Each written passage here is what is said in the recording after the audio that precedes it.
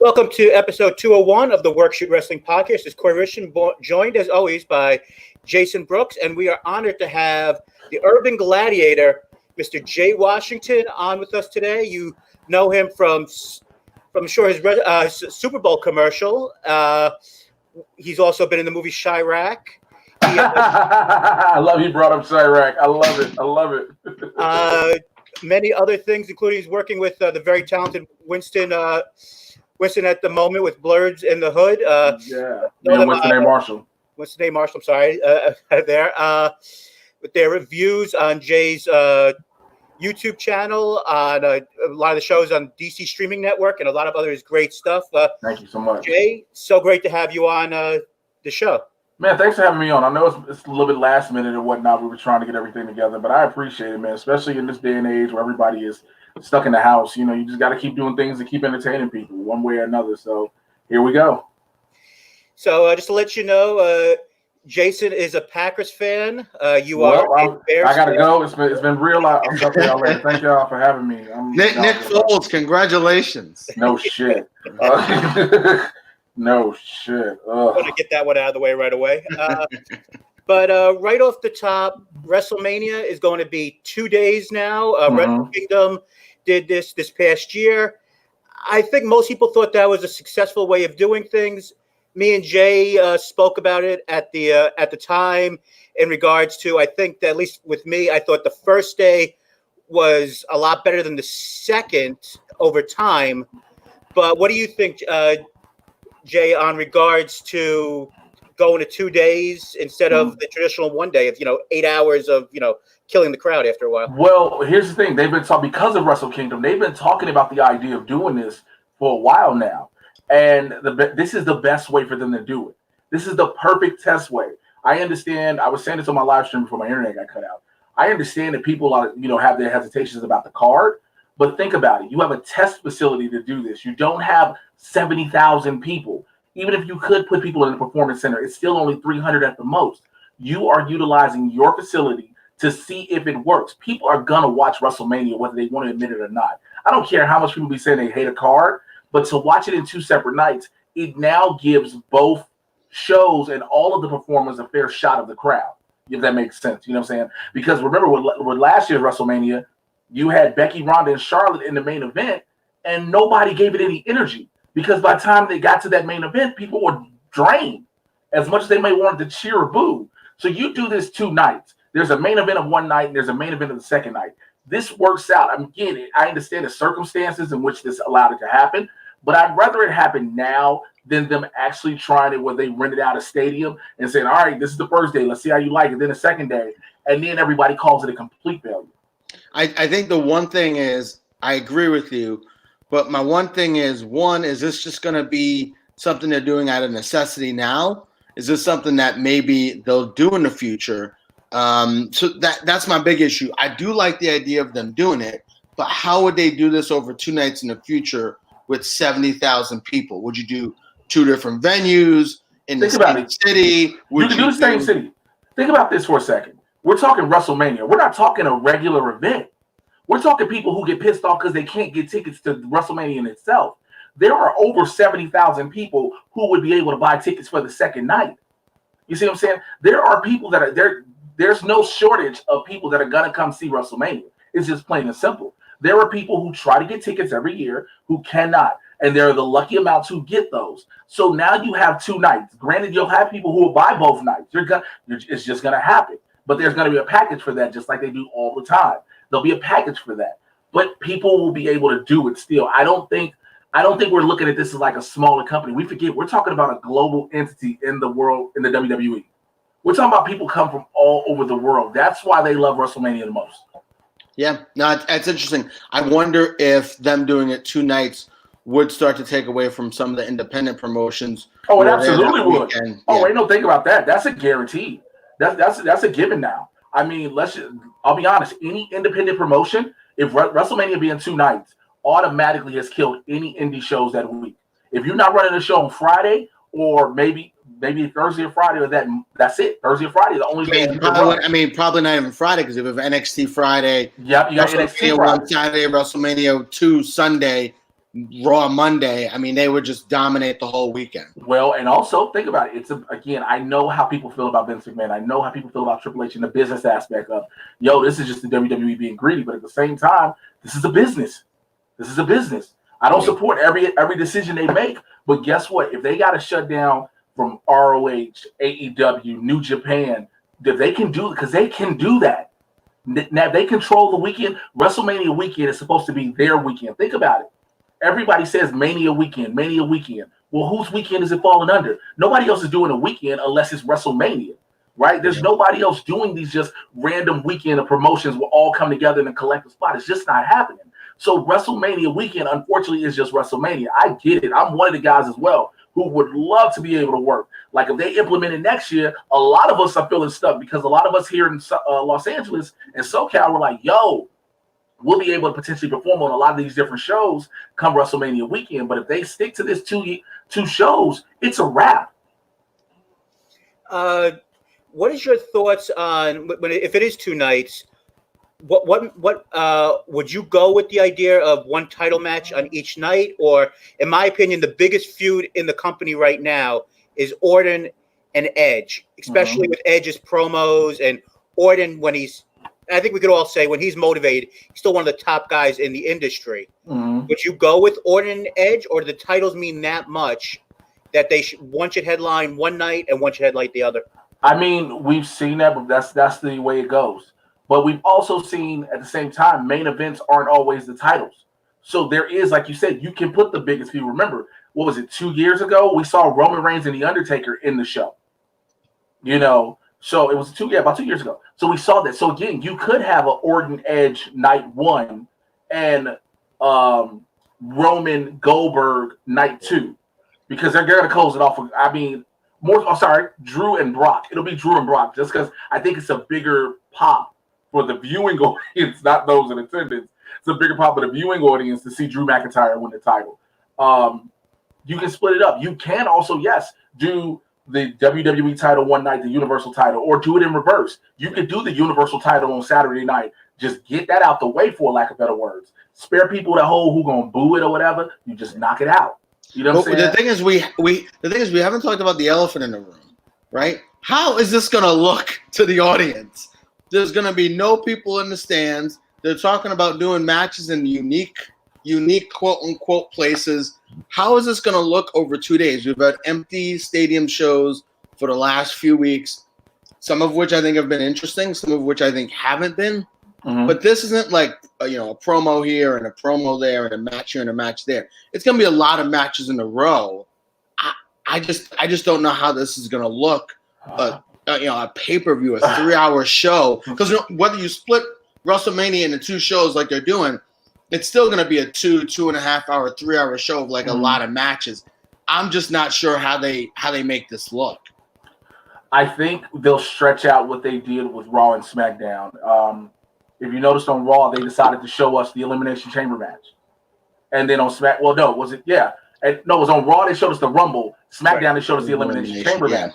So I think you probably will have those scenarios. They'll just have to, because they're going to fill this in, because it's going to be awkward. It will be very awkward. Just like as a professional wrestler, I performed for 3 people. As a stand-up comedian, I performed for 0 people in the crowd or 3 people. It's going to be awkward no matter what. But the fact that it's like, let's test this and see what we can do. I think now it's more about testing the 2 nights, unfortunately, as opposed to WrestleMania. Because here's the problem. You postpone it, when do you do it? Because if you postpone it, everybody can't all of a sudden get time off to now try to find new dates to block out. Now, I'm just going to interrupt you there because you did make a good point. When would they do it? Now, one thing that there was some story that I put up at Work Shoot Potters or Twitter, the idea that Vince McMahon hates the idea of having it in the empty arena, and this is the last thing he wants to do. And one of the ideas was having this show in Madison Square Garden in June, when we think this will be not over, but maybe closer to over than it is now. Having a big show in Madison, maybe having one night during the Performance Center and having another night in Madison Square Garden. Now, again, that would hold some of their feuds for a month 2 months. Mm-hmm. So that could create a lot of problems too. But how long are they going to stretch these empty arena shows out anyway? Well, there was just an article that just came out that they're about to do a lot of pre-tape shows. So we're about to see for the next several weeks, because they're going to this way. They're going to send the talent home. The talent is not going to be able to come out, which is fair. So don't be surprised with that if WrestleMania is pre-taped.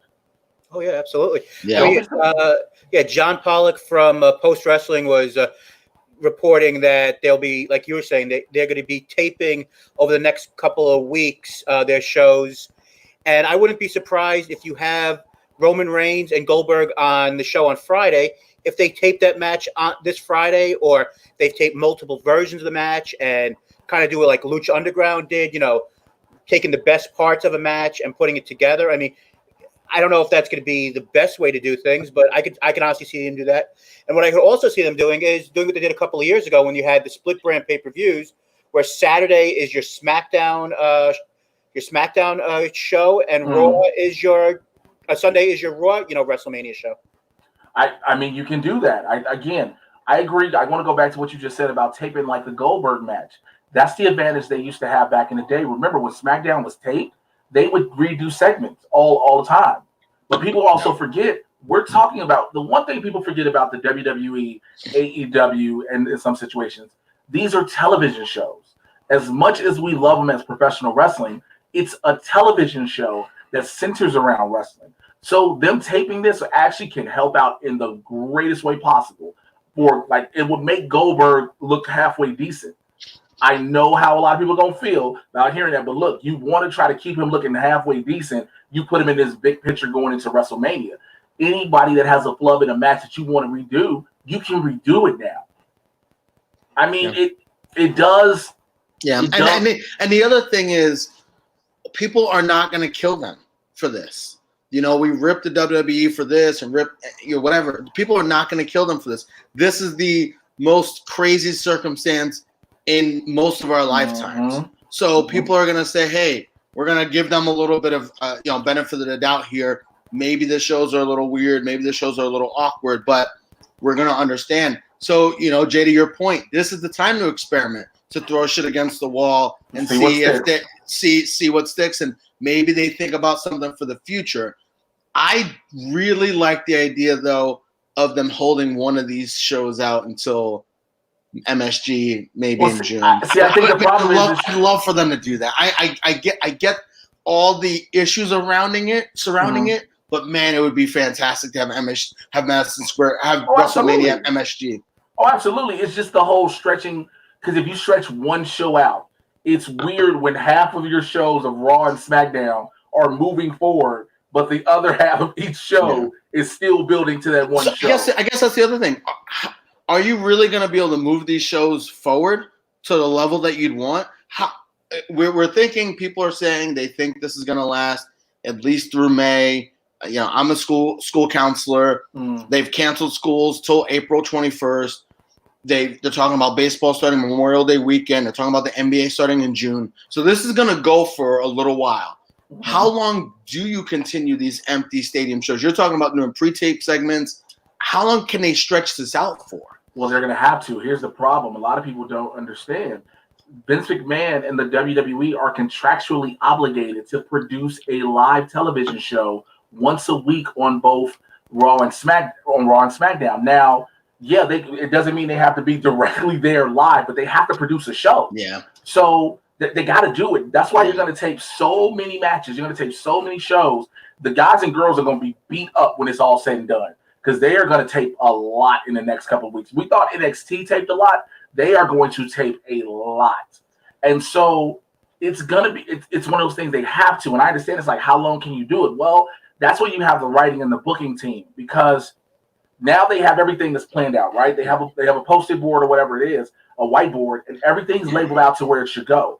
And so now every match and every angle and every little twist that they wanted to do, they're going to have to do it then. The only catch is, and the caveat, shall I say, is hopefully no one gets hurt in that process, because working back to back, granted they do it on the road already, but they don't do it. They have a break sometimes. They have 3-4 days off, depending on who they are. Or some guys or girls don't work. And so they are going to be humping for this for the next to get content out. It's basically what everybody's doing. Vince McMahon is making sure he has content to put out, and he has to have a live show content. Yeah. And so, the other issue is, like you're saying with these pre-tapes, because there's a chance that people might not be able to fly, in a couple of weeks. You know what I mean? So we're assuming that they can fly to shows and do these pre-tapes. That, and that's why he's doing it. And that might not be an option. But I think the idea of what they did in NXT yesterday, where they really told stories for a really, really long time with having no matches. And I get it. They got killed in the ratings. AEW had a show. NXT basically had a bunch of pre-taped segments. And I get it. But I think, one, even if they don't do good in the ratings, they'll do good in the ratings anyway because people have to sit down and watch something. Yep. I think this actually might be really good for character development. Let's say we do a 25-minute thing about Ricochet and his career and who he is. I know. And we do a 20-minute thing about Ricochet and his career and his life and how he grew up. When he actually wrestles in June or July, the fans will be so much more into him than they are now. I think. So I think they can really, really, and I don't know if Vince will do this, and I think that's probably half the problem, but I'd love it for Vince to say, let's do some deep dives into these characters, into who these people are, into their problems, into their struggles, into how they overcame to make the audience so much more into them. I think they can make it. I think they could make it really good. Will Vince do that? Probably not. But Jason, I'm sorry, Jay. You got to say something. But Jason, you have way too much faith. You've been watching this for almost as long as I have. I know, but NXT was amazing yesterday. But NXT has done that before. That's the thing. We're used to NXT doing that. NXT does that very so often, where you get a match, you get a show that's one match, and the rest are clips and promos leading up to whatever's going on. We're used to that with NXT. That's why it works. With Raw and SmackDown, it's foreign territory. With Raw and Smack, you can't. But Jay, they can't have 3 hours of wrestling on these in an empty arena anymore. They're gonna have to do something different than they do. Well, that's where he's gonna put it in the hands of some of the talent as well. Think about it. The promo on SmackDown with Bray Wyatt and John Cena. This is Cena. This was really foreign territory to Cena. Cena has never had to be in front of an empty audience. But Bray Wyatt shined on this. They sold this promo. Edge made it happen on Raw. The talent has to push this forward that way. You can't always rely on the back, and that's one of the things people don't understand. Like, we know there's a booking team. We know there's a writing team. We know there are writers that say, hey, do this script. This is what you're going to say for the night. But it's also how the talent takes that, runs with it, makes it their own, and builds from there. Yeah, they're going to have to do a lot of character development. Yes, it's going to be a lot to get a lot of people back in, but we're going to see between what the WWE does and what AEW does. And I hate to compare the two, but we're going to see how each of them handles this. Yeah. No, I think it's interesting. AEW already kind of was definitely a different feel with the empty arena, how they had the wrestlers come out and they were apparently gambling on the matches. I'm going to tell you what I loved about this. I love this. They kept it so old school because they put the heels on one side, faces on the other. Yeah, I love that so much. Yeah, and they even built a little feud with Colt Cabana talking and then Kip Sabian, and he's like, exactly. And that could be a match easily. Another thing they did, I don't know if you guys really paid attention to it, they made them keep working through commercial breaks. Yeah. Oh, yeah. They were not about to let what happened on SmackDown happen to them. Yeah. But again, when you have an empty arena, again, they're producing a TV show. So I get it. I get why you can see why there's a break in between. Now, granted, if there's a full arena of people, all they do is go into a rest hole. And I hate to be giving away too much of the secrets of the business, but we've seen it. They go into a rest hole. They go into something really easy to hold them over for 2 minutes until it's like, all right, we're back. Get back into the action. But with AEW, they made them make sure, look, treat this as if you've got to do a straight match. It's a pay-per-view. Yeah. One thing that I will say, and we say this all the time, MJF, he is a star. I mean, he shined. I mean, he maybe not be for everybody because he's not great in the ring. But the one thing people don't understand, you'll understand this better than most, Jay. It's not just what you do in the ring; it's your character outside. It's everything you do to portray yourself. And he just came across as the arrogant prick that his character is. But all the little things that he did, with the betting, and all of a sudden when Tony Schiavone was saying, "Are you guys gambling?" He's like, no gambling. All these little small things with him and Sean Spears. You just saw the chemistry there and how important these guys are in characters, and just the feel that, if the WWE did this on Monday or Friday with just having, even if they're developmental guys in there, even if it was just showing them learning from the pros, you have like 200 guys in that performance center. You end up sitting there and just cheering and just making noise. It would have made so much more interesting these segments. Yeah, but also you can't have a certain amount of people. There is that, like, the CDC have these guidelines about the 6 feet, which AEW did not do. You had there are these like CDC guidelines, and 10 people. Well, Yeah. Here's the thing: it's 10 people, but they're in an open arena. So when you look at it, like who's in the ring, who's on one side, who's on the other, everybody was like, "Oh, they had all these people gathered." Technically, they had them separated. Right. It was. I understand what people are going to say, and like, "Oh, but it still was no." At the most, there were maybe 6, 7 people in the ring at one time. It's been gatherings of 10 and under, right? You can have 6, 7 people on the heel side. You can have 6, 7, 8 people on the faces side. It still doesn't violate it. Now, of course, when everyone's in the back, because there's still a whole production staff, that's a different ball game. But in regards to MJF, he's done something no one else has done in a very, very long time. He's lived the gimmick. Yep. And he has made himself be a heel, plain and simple. A lot of people don't get that. A lot of people think that, when the show's done, you're supposed to go be a nice person. No, you're supposed to hate him. He has a very old school way of thinking, and I appreciate it. I respect the hell out of it. Yeah. Granted, I've talked to people, and they're like, no, that's him. That's how he is. They're like, that's him. But also I've talked to other people like, yo, he's you might not care for the wrestling. And guess what? You don't have to. After a while, you didn't care about Flair's wrestling, how good a heel Flair was. When Hogan turned heel, we forgot about the 2-3 moves Hogan had. We didn't care about it. A heel that good doesn't makes you not care about what you see in the ring, except hopefully watching them getting their asses whooped. And that's all you want to see happen to MJF. Yeah. That is all you want to see happen. You want somebody just to shut his mouth. You don't care about the wrestling as long as they beat him to a pulp. If he does something amazing in the ring, you're surprised. You enjoy it. But otherwise, you want to see him get whooped. And that's what makes him great at what he's doing right now.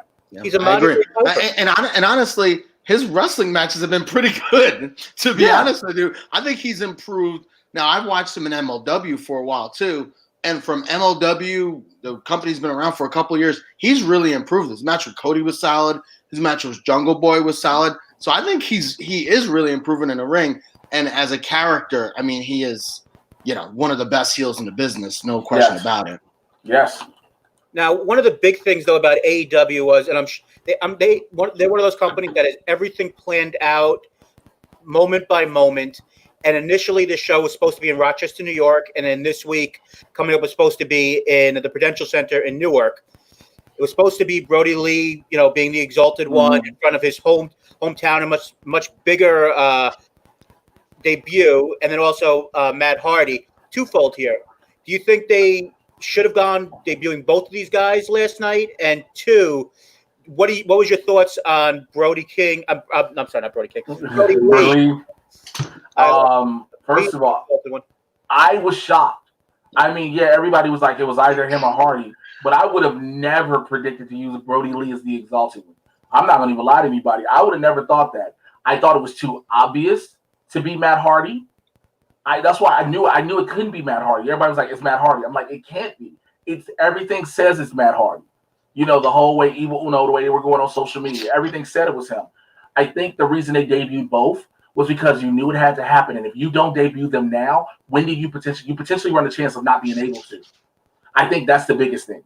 Remember, there's a potential we all may be put on lockdown for, to stop the spread of this virus. And you may not be able to do another Dynamite. You may not be able to do another show for a while. So what you want to do is get the fans and the wrestling world talking. Matt Hardy is in AEW. Brodie Lee is in AEW. You have to do it before you don't get a chance or nobody cares, because that's another big thing. It's been talked about who's the exalted one. Do you know if we did not see that last night, no one would have cared anymore, because the possibility of that storyline going by the wayside with everything that's going on was real. And so you had to do that. Yes, I think it's cool, but I think it's a smart move at the same time as well. So I guess I hear what you're saying, Jay, and I don't disagree with you. debuting two big characters in one night with no audience is quite the gamble. Mm-hmm. And obviously, we know now they're saying AEW, they might not have a Dynamite next week. We don't know how the future of all this is going to look with the coronavirus. Obviously, they have all this momentum now, right? It was a big show. People were super into it. They got a big pop. Over the next couple of weeks, we don't know how this is going to look. Would it have been better for them to debut one of those guys, have one of those guys be the big pop, and keep Brodie Lee? He's already been on the sidelines waiting for 3 months anyway. Keep Brodie Lee as the Exalted One. Don't mention the Dark Order for a little bit, or throw little things in there here and there. And then once things have settled down with the coronavirus, then you amp that up. So you have several characters because right now they're introducing Lance Archer, who threw a bunch of bums out of the ring apparently the other day. You got Can I talk about that for a second? I'm actually about to ask you about that. Yeah, I get what they're doing. Also, it was nice to see Dylan, aka Hornswoggle. It was cool seeing Dylan. Yeah. I get he what looks good, by the way. He looks good with the gray. He's ripped. Yeah, he looked good. So my buddies work up with him a lot at GLCW out in Wisconsin.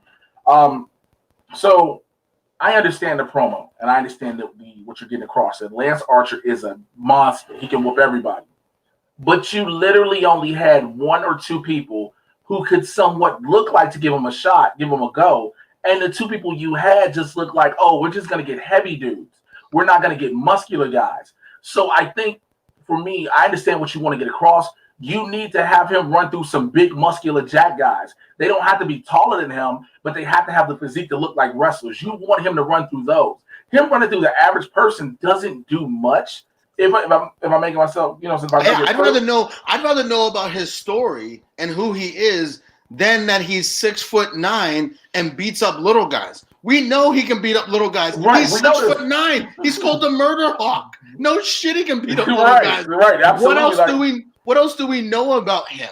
Right? Like now, I know about him. You know about him. Corey knows about him. But a lot of fans watching AEW, half of them are indie fans. They're gonna know about him, but some of them may not. Right? And so, like, explaining who he is, why he's so angry, why he's so pissed off about everything. I don't know. I really think they missed an opportunity to do some really good character development, but they want to build him up as the big monster. So I kind of get that too. But but you don't build him up against a bunch of small people.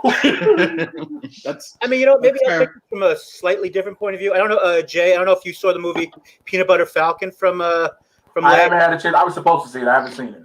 But there was a scene, and Jason, hopefully at some point you'll get a chance to see it.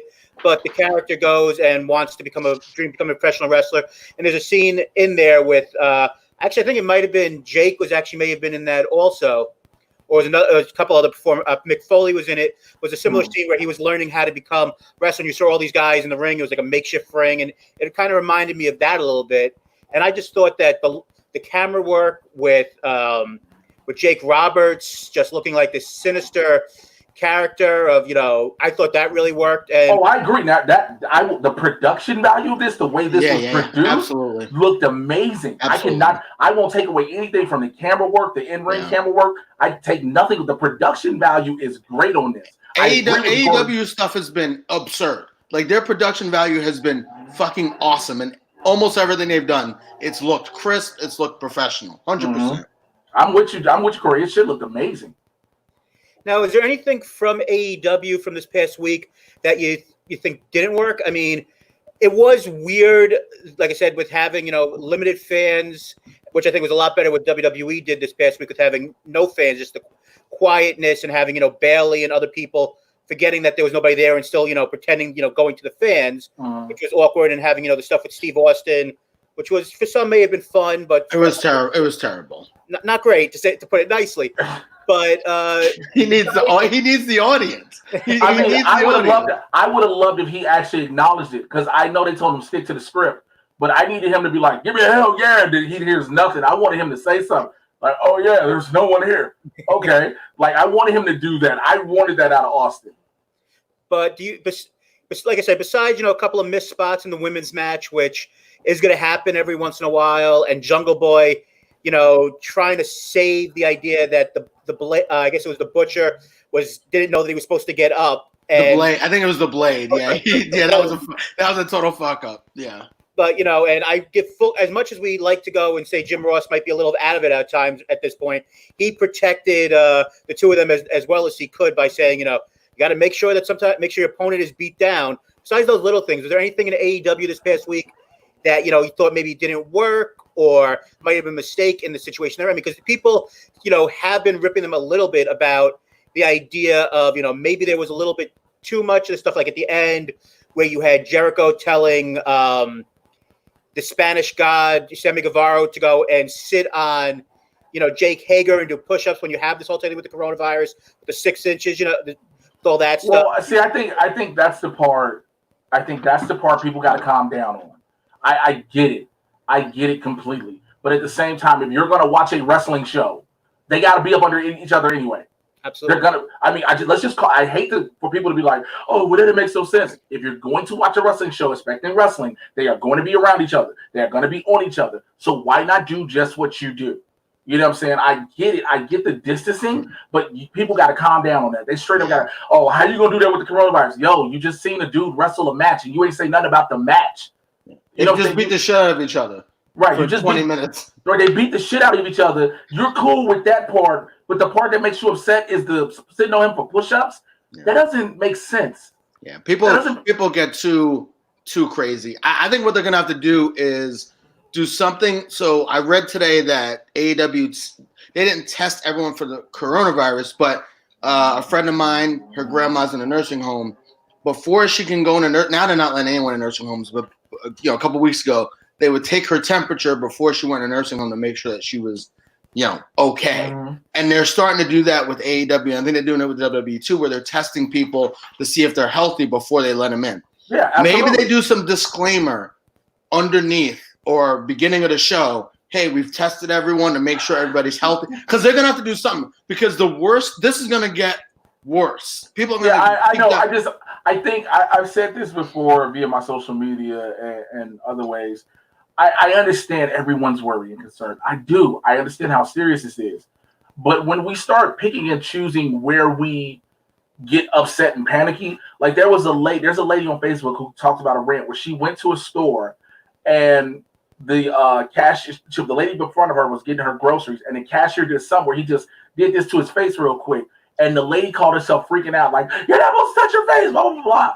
And so after a while, the cashier was like, "I can't go wash my hands. I'm here right now." She was like, "You got to wash your hands." He's like, "I got hand sanitizer." So he did that, right? But the lady proceeded to then, after having this hissy fit, proceeded to put her card in and use the pen pad.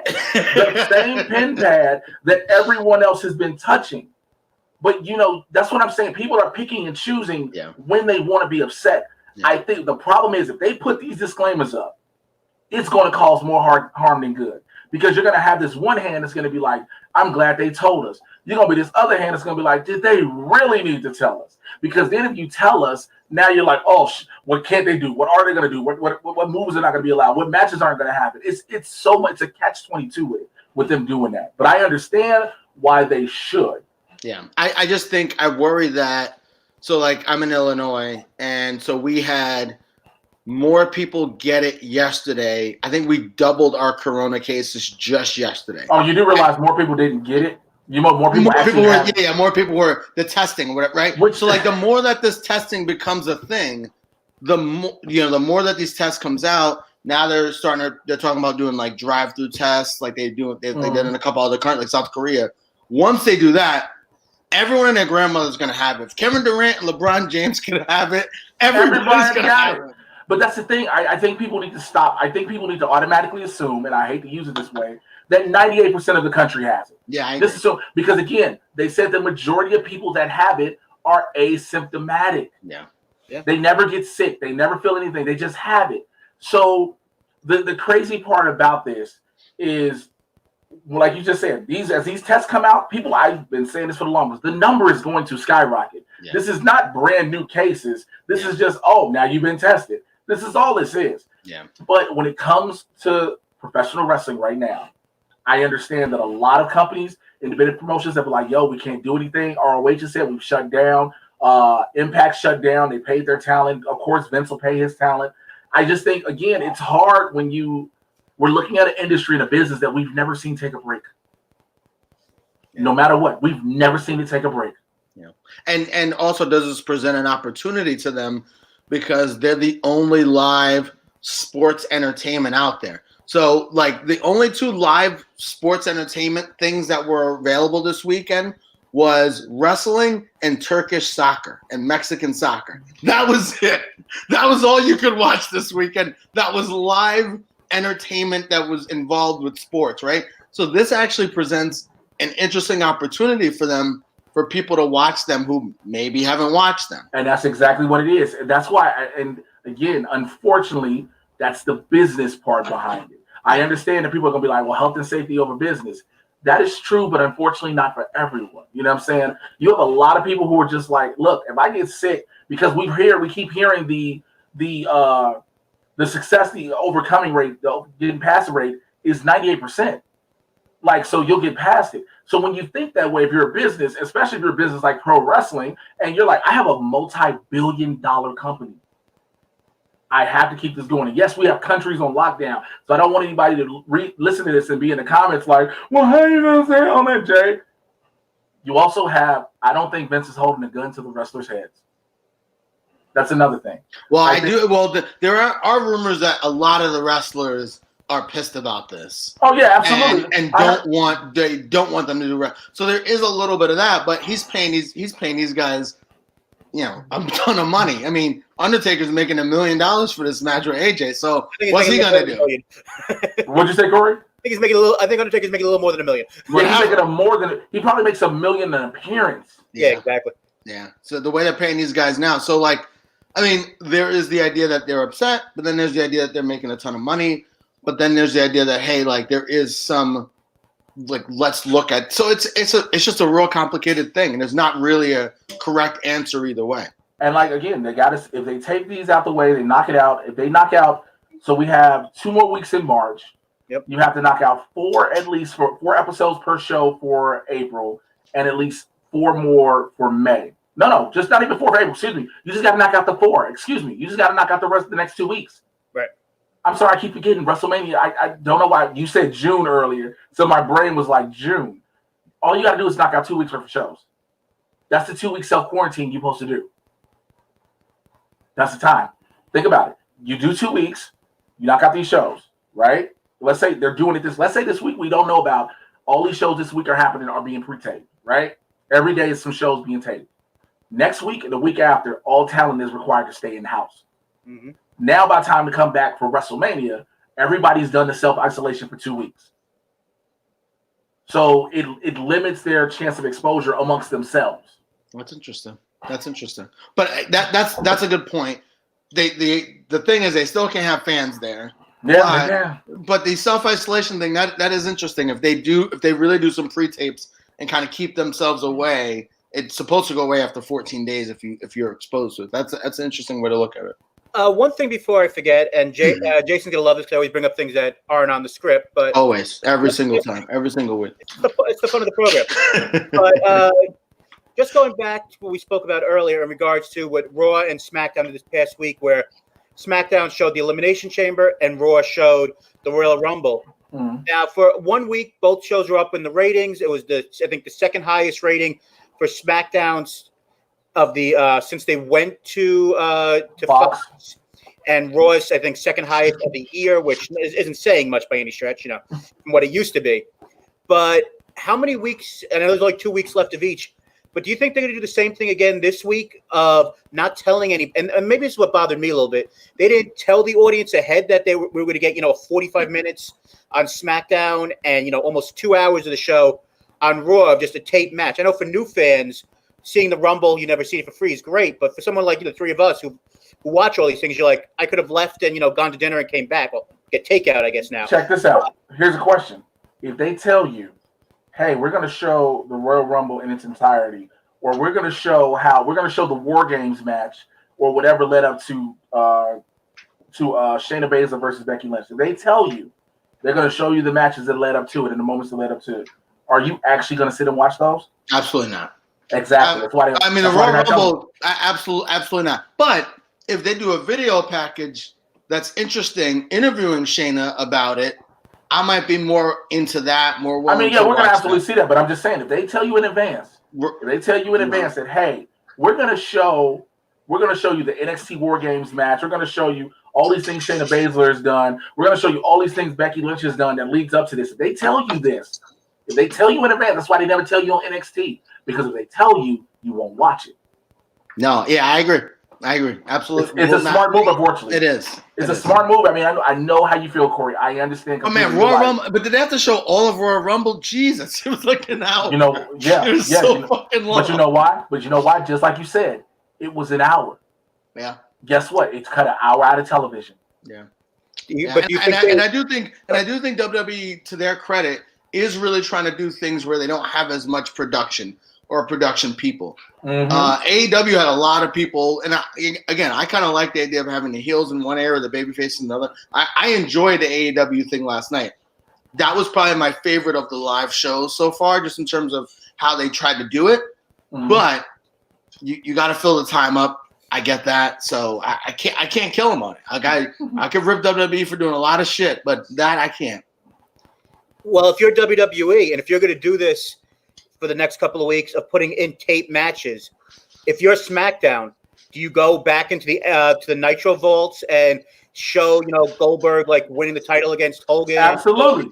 Or those matches are real short though. They're short, man. Remember, he was running through people, but you think about it. You show him, you own the rights to it now, and think about it, how unprecedented it would be to see a full WC. We've never seen the matches on a WWE program. We can go visit them in the vault. We've seen clips, but you think that for the first time ever, we start seeing a Goldberg run some of his Goldberg matches on SmackDown, his WCW matches. Of course, we'll probably see how he won the Universal title the first time over Brock Lesnar, how he won it the second time over The Fiend. We'll see what made him a world champion in WCW. There are ways to fill content, but unfortunately, everybody's not going to be on board. Yeah. But I do think people will watch. People are absolutely going to watch. Yeah, I agree. I agree.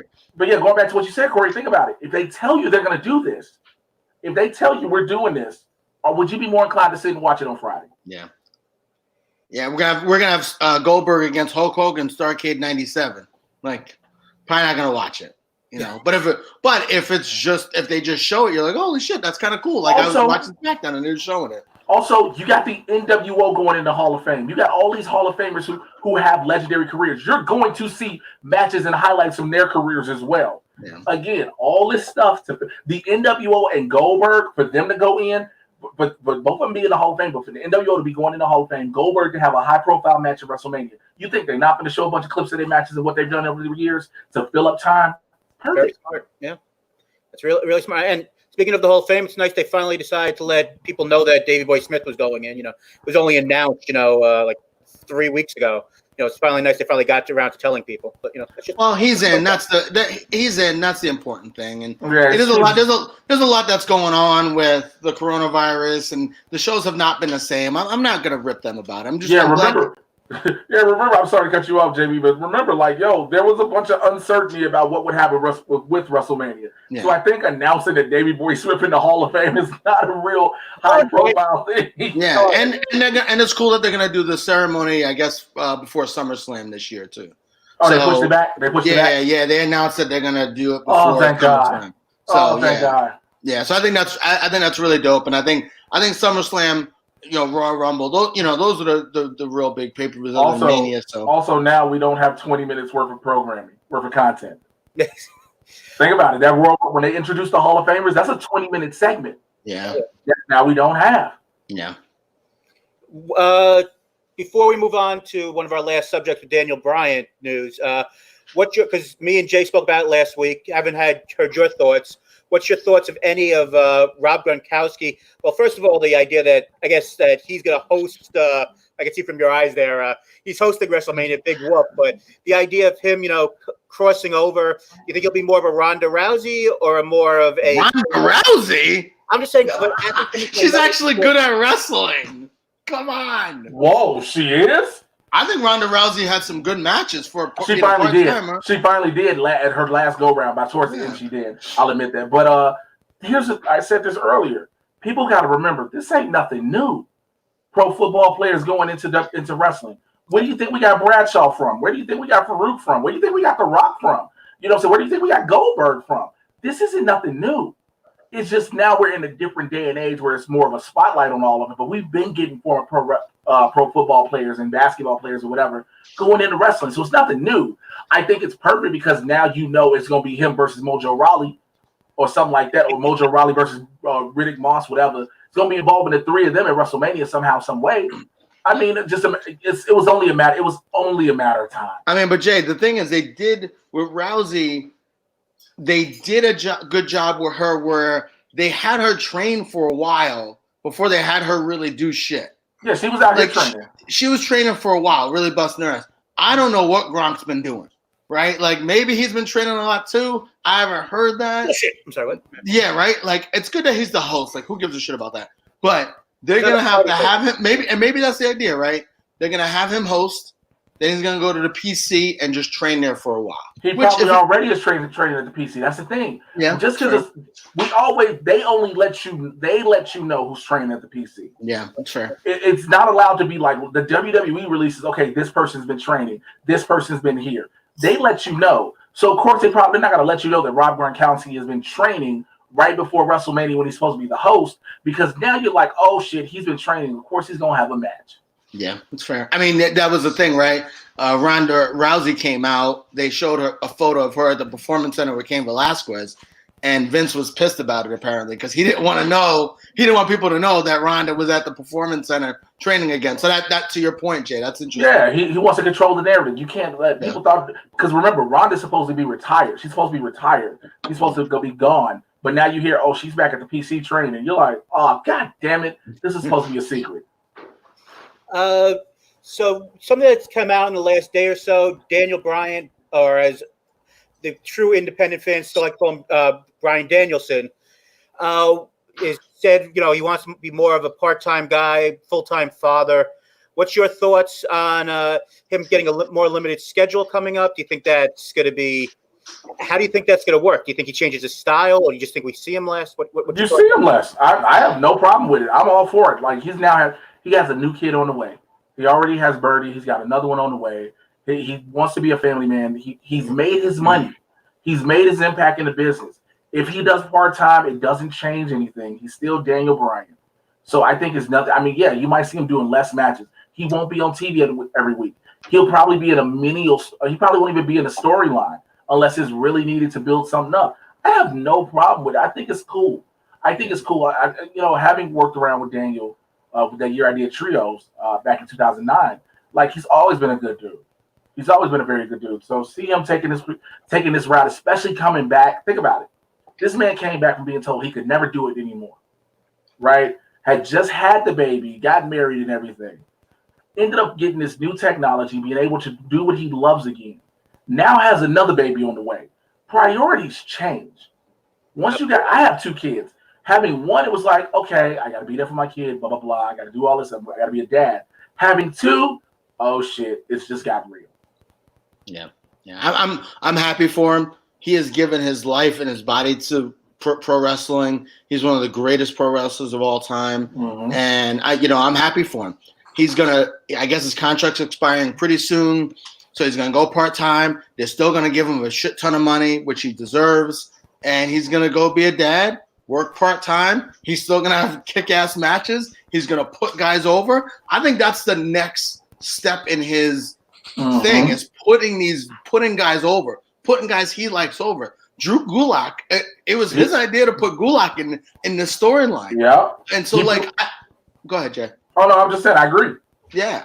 So I think this is where he's going. And I think if WWE gives him this rope to go on, where he can do his own storylines, where he could put guys over. I think Bray Wyatt's most interesting storyline now, I do like the Cena thing, was his storyline with Bryan. I think, and that was a lot of Wyatt and Bryan figuring it out. So, good for him, man. Good for him. But I'm glad that he's going to continue to wrestle. Like, I like seeing him once a month, every other month, whatever, going out there doing his thing, but being a dad and making some money. Good for him. He deserves it. Do you think though with this, if he's going to be, I'm sorry, Jay. No, go ahead. But do you think though with this more limited schedule, do you think being on SmackDown is the right place for him, or would you rather see him on the bigger show on Raw, or maybe on NXT where he might be able to actually have these matches that he really wants? These more wrestling-based matches, maybe on NXT with a Riddle or. I wouldn't be surprised. I would not be surprised. It's a way lighter schedule. You go down to Florida one day a week and tape a show. Yeah. They might want to they might dictate where he is a little bit to say, hey, we got to worry about the ratings and people like Daniel Bryan and things like that. So, but maybe he, every now and then says, I want to go to NXT this week, or I want to go here this week. So I think the fact that he's done really well, he's proven he's healthy, he's proven he's good. They gave him a 2-year contract. I think now these terms of this new contract, he can kind of dictate what he wants to do. So I think he'll be able to kind of say, hey, I want to go to NXT, or I want to go to Raw, I want to go to SmackDown. So it really will be up to him. But the idea, Corey, that you said Raw isn't the number one show, I think that's starting to change according to the ratings, according to the television rights. Well, according to television rights and who's getting the most money, Fox is giving them an awful lot of money for SmackDown. Well, I mean, of course, like Raw is always going to be considered the flagship show, no matter what. But that's why you saw the way the roster shift happened, the talent they put over on SmackDown. That's why they gave Bray Wyatt the Universal title anyway, so because Fox wanted him. Fox wanted Bray Wyatt. They wanted Bray because they love the character of the Fiend, and it makes no sense just to draft the Fiend in the middle of a storyline. You can't just draft the Fiend. So what do? You have the Fiend win the title. You make that title be SmackDown's title. And unfortunately, Kofi Kingston became the casualty, when they had to have Brock go take it back to Raw. You just brought up the name that me and Jay just makes us cringe. I just got to say this quickly because it's always drives me crazy. Would it kill Kofi Kingston just for 2 seconds to say that I lost to Brock Lesnar and it upsets me, and the idea I want a rematch, or the idea that, what the hell is going on here? I was champion for 6 months. I was, fans supported me, and I never even got a rematch. I'm not even supposed to care. I'm sorry. I just had to. Corey's been upset about this for months and months. I don't blame him either. But I'd be upset too. But also, you got to think about it. The WWE probably won't let him say it, because think about it. That man caught fire going into WrestleMania. You do not want the accident, because it'll be accidental. Him bringing that up, and the fans care about nothing else but Kofi being back in that picture, which we all want. But if you have a storyline you're working, and if you got Kofi and Big E working a storyline somewhere where the dude eventually flips heel or whatever, blah, blah, blah, if he mentions it one time, the whole WWE universe now shifts that, why doesn't Kofi get his rematch? Why doesn't Kofi get a rematch? All these different things. And now you got to bring it up. Yeah, they brought it up quickly and briefly when it was in the Royal Rumble. It was like, yo, Kofi lost the WWE title to Brock Lesnar. He never got a rematch. Boom. Kofi's eliminated. Next. Yeah. And that's another thing that eventually they can bring up, right? Yep. Like he's not leaving, right? So eventually, maybe the New Day breaks up, maybe whatever, maybe he does a singles run again, and eventually I think they could bring that up. I was mad about it at the time, and I think they should have brought it up at the time to try to continue his singles run. They talked to him and felt like they wanted him to do the tag team thing, and that's where they went. I was definitely upset with it at the time, but I hope that eventually they'll go back to that. Not saying they will. Who knows? WWE, Vince does these storylines and then he forgets them like they never happened. But, hopefully eventually they'll bring it up. Well, hopefully by the time they do, Brock will still be taking Vince's millions by then, but whatever. Hey, Kofi's making a lot of money too. God bless him. Oh, absolutely. And he earns every penny of it. He works his ass off, and he is gone from, just being an irrelevant guy on ECW TV reboot to being one of the most popular guys there. But our last subject, most likely of the day, is everyone's favorite guy to talk about who's never coming back. Chicago's own CM Punk was on your friend's podcast, Swings and Misses. He was on there for about a half hour with Jen Decker and her husband. Cody Decker. Thank you. I forgot about that for a second. But he mentioned, if he ever wanted to come back, if the money was right, he would face this guy and this guy. One of the guys on that list was Will Ospreay. First of all, Jay, do you think not to spur the fires, but do you think CM Punk ever comes back and Nope. shouldn't care at this point? Nope, and we shouldn't care anymore. Nope, and I'm going to tell you why. I don't think he does. I think he can stir the pot. If he does, fine. Here's the problem. What happens if CM Punk comes back to wrestling? And he's not any good anymore? And he's not any good anymore. Then everybody hyped it up for nothing. What happens then? So Jay, do you think that so the question is, do you think part of it is that he's scared a little bit? He's mentioned that hey, I don't know if I can go with these guys now. The way these guys go, and as good as these guys are now, I don't know if I can go. Do you think part of him is a little scared? I don't want to say scared. You know what I mean? That's skeptical. Skeptical is a good word, and it's possible. I mean, there's nothing wrong with that, though. There's nothing wrong with that. Again, it's a high octane level. And granted, you got older guys in there who are going still. You got the Miz and Morrison in their 40s. You got I think Roman is mid to late 30s, but you got a lot of 40-year-old guys in there still going and pushing and doing it. Again, it's a hard on the body and whatnot, but if he doesn't believe he can handle it, I wouldn't blame him for not doing it, because why? This way it saves the embarrassment. Remember, we thought CM Punk was going to go into the UFC and be beaten ass, and we saw what happened twice. You know what I'm saying? He got killed. I think it's interesting because like Jericho is not what he was years ago. He just isn't, right? Like we've seen it, we know it. As a character, he's fucking incredible. But that's the beautiful thing about it. That's like goes back to what we were saying about MJF. The character makes you not have to worry about the wrestling. Yeah, and I think the thing with Punk is he called himself the best in the world, and now it's his gimmick. But Jericho now calls himself the GOAT, right? I think there is a place for CM Punk in wrestling still, a big place for him in wrestling. Mm-hmm. But I do think, to your point, there is some element. I think he's worried, but I think we've seen it, we've done it. AEW made him a big offer. I'm sure they offered him a ton of money. I think it's over. I really do. You can never say never. But he's in his, I think he's in his mid 40s or early 40s now. Like he's not young. It's not that old. I mean, it's I know you're being funny because we're in our early 40s, but he's not that young. He's not that young. He hasn't wrestled in a long time. Mm-hmm. I'd love to see him go out there. I mean, I'd love to see him be a manager for someone. I mean, I'd love to see him out there. I think on the mic he's still tremendous. I think his mind for wrestling is still great. I would love to see him contribute to the business somehow. I mean, I think he should still be in wrestling. I really do. But it's not what he wants. It's not what and he's very, very stubborn and believes what he believes, and like this is what he's gonna do. Can't be mad at him at all for it. I agree. Well, I just want to once again thank Mr. Jay Washington for joining us this week. Thank you, Jay. Thank you guys for having me. Forgot to mention before we talk about AEW. Don't forget that you can go and help Mr. Jay Washington be the partner for Sean Spears with hashtag Search for Spears. I don't know if Jason saw the video.